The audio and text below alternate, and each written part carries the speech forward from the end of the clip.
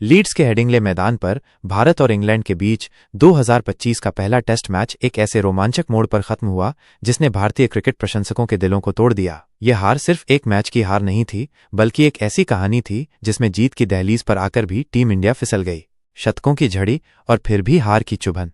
कल्पना कीजिए, एक मैच जिसमें भारतीय बल्लेबाजों ने शतकों की झड़ी लगा दी हो। यशस्वी जायसवाल 101, शुभमन गिल 147, केएल राहुल 137 और ऋषभ पंत पहली पारी में 134, दूसरी में 118 ने अपने शतकों से इंग्लिश गेंदबाजों के पसीने छुड़ा दिए। कुल मिलाकर भारतीय टीम ने मैच में 5 शतक जड़े, जिसमें ऋषभ पंत ने दोनों पारियों में शतक लगाकर इतिहास रच दिया। 148 साल के टेस्ट क्रिकेट इतिहास में ऐसा पहली बार हुआ कि किसी टीम के 5 बल्लेबाजों ने एक टेस्ट मैच में शतक लगाए और फिर भी टीम हार गई। जीत के करीब पर दूर का सफर। भारत ने पहली पारी में 471 रन बनाए और इंग्लैंड को 465 रनों पर समेटकर 6 रनों की मामूली बढ़त हासिल की। दूसरी पारी में भी भारतीय बल्लेबाजों ने शानदार प्रदर्शन किया और 364 रन बनाकर इंग्लैंड के सामने 371 रनों का विशाल लक्ष्य रखा। ऐसा लगा मानो जीत अब बस कुछ ही दूर है। इंग्लैंड के लिए यह उनके टेस्ट इतिहास का दूसरा सबसे बड़ा सफल रन चेज था।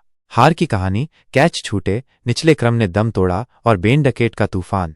तो आखिर क्या हुआ जो भारत ने यह जीता हुआ मैच गंवा दिया? कहानी में कई मोड़ थे और हर मोड़ पर भारतीय टीम ने खुद को मुश्किल में डाला। एक, खराब फील्डिंग, छूटे हुए कैच यह हार का सबसे बड़ा कारण बनकर उभरा। भारतीय खिलाड़ियों ने पहली पारी में 6 और दूसरी पारी में 2 कैच टपकाए। इसमें यशस्वी जायसवाल अकेले 4 कैचों के गुनहगार थे। हैरी ब्रूक, ऑली पोप और बेन डकेट जैसे बल्लेबाजों को जीवनदान मिले, जिसका खामियाजा भारत को भुगतना पड़ा। इंग्लैंड को इन छूटे कैचों का कम से कम 200 रनों का फायदा हुआ।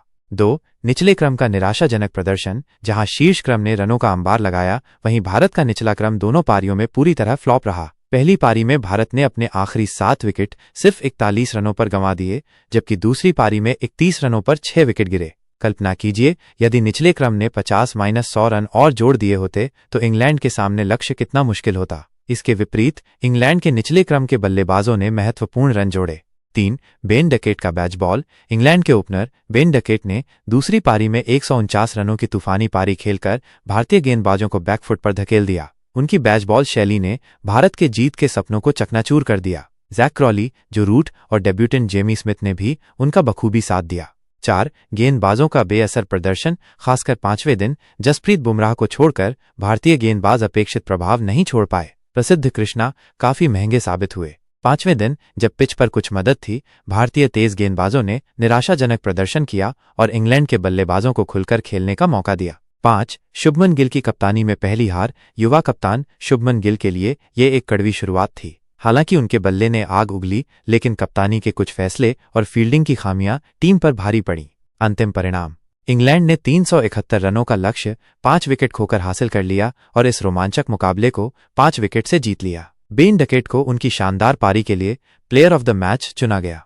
यह हार भारतीय टीम के लिए एक सबक की तरह है, खासकर